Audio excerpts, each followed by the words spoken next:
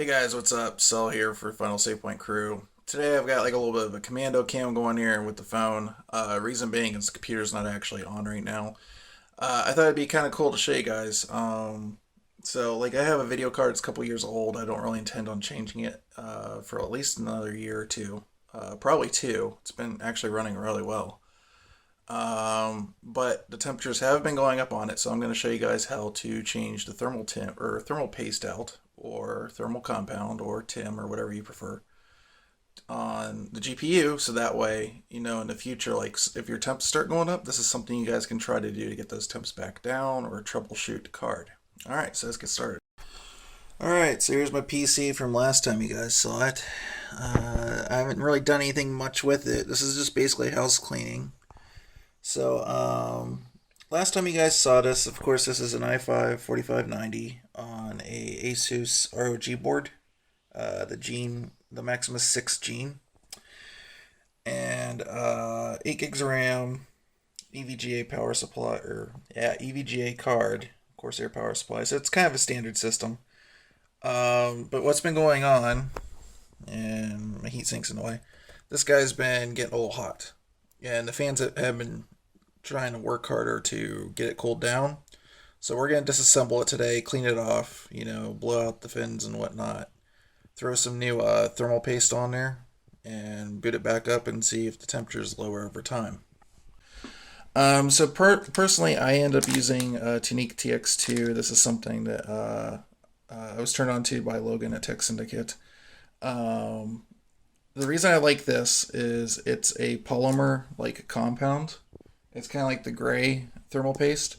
The thing about it is it has no burn-in time. As soon as you turn it on, after just a couple minutes, typically you're gonna get about the same temperatures as you would like a week later. You might see like half a degree or a degree difference a week later, but that's about it. The other thing nice is in like some of the other stuff out there, like mainly like the one I really like to stay away to everybody loves is Arctic Silver. And the reason being is there is silver flakes in it. So for something like this where the GPU is exposed, it doesn't have a heat spreader or anything like that. I don't want something that can be conductive to get onto one of the capacitors and then cause a problem. So with this, it's non-conductive. You can get it all over the place. It's going to be fine. It's not going to cause a problem with any of the electrical components in the system. The other reason being is me personally, now this is just a personal experience, but I've actually had Arctic Silver, and not just Arctic Silver, but some other really high-end stuff like Icy Diamond, do a weird thing where it'll burn off after a while. What I mean by burn off is like you'll see like your die, and you've evenly put it all over the die, or it's evenly spread out as you put the heat sink down. And after like a year or two, you'll notice your temps are like starting to go from like, normal to warmer to bad. And then you take it off and you see like this donut of like thermal paste, but nothing in the middle. That's because some of this stuff can actually burn off. And there's a lot of thermal paste. This might even be able to do it too, but I've actually not seen it personally. But I typically change my thermal paste out about every 2 years. So that's why we're doing this today. And this card is getting ready to hit 2 years old pretty soon. So I just figured I'd go ahead and get a jump on it while I was ahead and do it. Alright, so it's time to get this thing taken apart, and a little bit about it real quick. This is my video card. This is the only one. I'm not by any means a power user, despite the fact that, you see a ROG board in there, but it is using a locked processor. It was just because the ROG board was cheap at the time. So this is a GTX 760 superclocked from EVGA, and I got this in July of 2013, and I've got no complaints. It's still running everything I play great. I have to turn the settings down here and there a little bit, but even when this is new, it's a mid-range card. I had to do that, so it's not anything new. This thing still performs really, really well, and as far as like overclocking, the superclock card is already hitting Kepler pretty hard towards the wall. It was hitting like 10 or 12, 15 on boost. So I was only able to get about another extra 30 megahertz, so it's like 1241. And the memory is another 500 megs on this. So what's been going on is I've noticed that the fans are having to spin up faster to keep it cooler, and it's been gradual over time. So it's leaving me to believe that the thermal paste is starting to break down a little bit. So we're going to go ahead, take it apart, clean it off, and reapply some thermal paste on this. Okay, so first thing we have to do is we have to remove these 4 screws to take off the cooler. I do believe on this model, that's all I have to do to take off the cooler. Sometimes on the back plate here, there'll be like some extra screws you have to take off. I don't believe that's the case on this one. As far as taking the back plate off, I don't believe I have to, but I might, so we'll see how that goes. Alright, so this is a new trend over the past couple of years. You can see here over the power components of the video card, we got the GPU right here, and the rest of the power delivery, the MOSFETs and the VREGs right there. Card makers have started putting these like metal, this is metal, these like little metal pieces on their card. Sometimes it's just the front, sometimes it's the entire length of the thing. Sometimes we'll put it on the edge along. So a lot of people feel like you need to have a back plate to keep the card from drooping. Now, I did get a back plate for this for 2 reasons. I knew I was going to clock the memory higher, and there is memory dies on both the front and the rear of this card. So I wanted there to be some cooling on the rear dies. I'm kind of disappointed to find out that the front memory doesn't really have any good cooling on it. But it's been overclocked to 500 megahertz for a couple years, so not a problem. But they started putting these in to help assist with some of the cooling of the PCB, but also to keep the card from drooping. Now, on this particular model of card, I've noticed that the drooping, it still started to droop a little bit, so that's why I want to get a back plate to give it a little bit extra rigidity, bring the temps down a little bit. So you can see there, we got the GPU. I've got the ACX shroud off. And we got the 2 dual ball bearing fans here. They're 4-phase fans. The new ones have 6-phase and a slightly different fan design, which I am curious. I do want to try that out. From my point of view, if I was to get this card again, I probably wouldn't get this model because I'm a little bit obsessed with quiet, and I think that this model of card tends to be a little bit louder than I would like. When this thing starts hitting 80 degrees, these fans have to spin up quite a bit to, like, around 2100, 22,000 RPMs normally, but lately they've been hitting about 23 to 25 to keep this thing under temperature, which leaves me to believe that the thermal paste is not working the way it was before.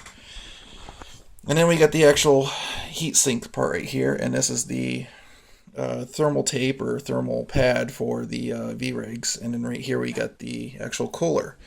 Now this is what everybody was bitching about with the first ACX coolers. You can see here the thermal paste. You can see the TIMs only spread out across these 2 8mm heat pipes. It does have a direct contact heat pipe system, which is nice, but then you got the 6mm here, and it's not touching anything, and it's going off there. So the only heat that this is taking away is heat in the metal that's being absorbed by it, which, because these 2 are right on top of it, most of the heat's going to be coming through here and not into the metal itself. So I'm going to go ahead and clean this sucker up a little bit, and we'll take a last look at it before I put it back together. Okay guys, there it is, all cleaned up. As you can see, I had a little bit of a hard time getting the thermal paste out between the capacitors, but I'm not too worried about that. That's not the part I'm actually trying to cool here. So a lot of people seem to be confused about this. Alright, so this right here, this edge piece of the GPU, is sort of like a mechanism for when you sit down the heatsink on top of the GPU, it doesn't crush the die. This part is actually the die. This is not a heat spreader, okay? This isn't like Intel where you just see essentially this whole aluminum piece covering the thing. These are actually exposed on GPUs. So you need to be careful when you're putting this down that it's not tightening too much, because this is essentially just like glass. If you crack it, you're done, okay? So now we have this all cleaned up here. There we go, and looking beautiful. You can see there, GK104. That's interesting. That shows up better on the camera than it does by my naked eye. And I got the ACX part cleaned out. And that's not going to focus because it's black, but as you can see, we got most of the dust out of there. Not all of it, but for a good part, most of it. Now I got to clean out the fin array. And the fin array is actually not too overly dirty, but I'm just going to blow anything out of it And to do that, I'm going to use this guy. This is a canless air, so you just hit this and jets out the front, and it'll blow anything out. So let's see here. This is going to be interesting. I wonder how I'm going to do this with the camera. I'll put that over there for right now.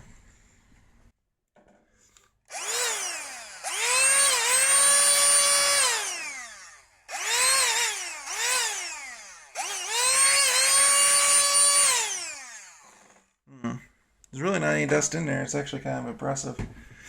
I have not. This is the first time I've taken this apart in 2 years, and I've not seen any massive amounts of dust blow out the bottom of it or anything like that. So I think we're pretty clean. I get the surfaces all cleaned off, so I just gotta get back together. So first things first, I gotta get the ACX here, and I believe that's the front and that's the back, right? Yeah. So this guy, so you can see like these holes on the corner here. Here, let me point them out real quick. So these guys right here. Oh, it's gonna be difficult. There we go. Right there on the corner. That goes, and these holes right here in the corners. There we go. Now it's adjusting. It's kind of slow. But anyways, there's these 4 screws here, and it just screws right onto the shroud. There's actually a couple extra screws here on the corner. I wonder if that's just to hold the wiring in for the fan control. But yeah, it's like those are there. So I don't know if it's for like a different fin stack rate or something, maybe like for the Wind Edition. But I imagine the for Wind Edition cooler just fits right in there.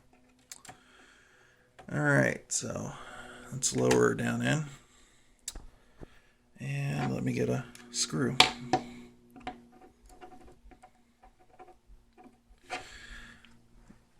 Okay, let me check. All right, so you can see right here we got our little, and these plastic grabbers, what you want to do is you want to spin backwards, and you're gonna feel it like thunk or make a click noise real quick. All right there. So that's where the thread starts. So you want to go back down. You don't want to just start screwing it in, because then you're essentially rethreading the plastic. And if you have to do this again, you do it enough times, you're going to wear out the plastic, and then you can't screw the thing onto the shroud anymore. All right, this is going to be the fun part. I'm going to try to apply thermal paste while looking at it through the camera. It's going to be fun. So depending on the GPU, depending on what you're doing, like Intel, the die actually is not squared like this. Like on a AMD processor, whether it's CPU or GPU, the GPU is actually in a diamond formation. It's still square, but it's just their GPUs are set on their dies in a diamond formation like that. So the apply to thermal paste, it's still the same way. It's just that the thing's tilted, a couple degrees. So all the points are actually pointing in each direction of the card instead of like this. On AMD processors, the apply thermal paste, you just need basically a bead, because they're also square like this, and it can just spread out and it'll cover the whole bead. On Intel, it's a little bit different because they're actually rectangles, and they go up straight up and down when you look at them. So you actually want to do what's called a line method, where you go down, and as you put the thing on, it's going to spread the thermal paste. We want to draw a bit of a line.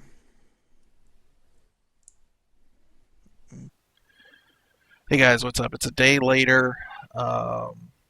It looks like the temps on the GPU are keeping rather cool. I ran Unity Valley and Heaven for about an hour both, and it kept the temps pretty good. On Valley, it did get up to 80 degrees and start thermal throttling, but the fans weren't working as hard as they were before. On Heaven, it never got up to, the highest I saw it was 79 degrees for a quick second, and it kind of settled between 77 78, which is way better than before, where it was pegging out on that too. For games, I tried games that were really gonna make it work hard. I tried Batman Arkham Origins, which technically is not a hard game to run, but I run that on max settings with FXAA and actually no, I'm sorry, TXA low, and physics on high. And I have it set up with VSync off, and what I do is I set adaptive VSync in the control panel. So the game will actually run 60 most of the time, but when it starts doing physics calculations for a lot of things going on in the world, it will dip down below that. So instead of having that weird, like, going from 30, 60 all the time from it doing that, I just would rather have a little bit of screen tearing and have it shut off VSync below 60. So it gives it a smoother feel, and I still get the cool, like, little physics particle effects and snow and stuff like that. So that really does heat up the GPU, especially when a lot of physics stuff is going on. So that's a pretty good gauge. Playing Batman, I got around 72 to 75 at the most is where I saw it. Fans never ramped up more than like 2100 RPM, which is a big boost from before. Played some GTA. Once again, don't have that game you can max out, and it's hard for a 980 in some cases. So obviously, I won't have like any advanced graphics and stuff on, but I do have like a lot of stuff on very high. And before it was thermal throttling, it was hitting 80, 81C, and it would thermal throttle, so it would cause the frame rate to dip below 60 every once in a while.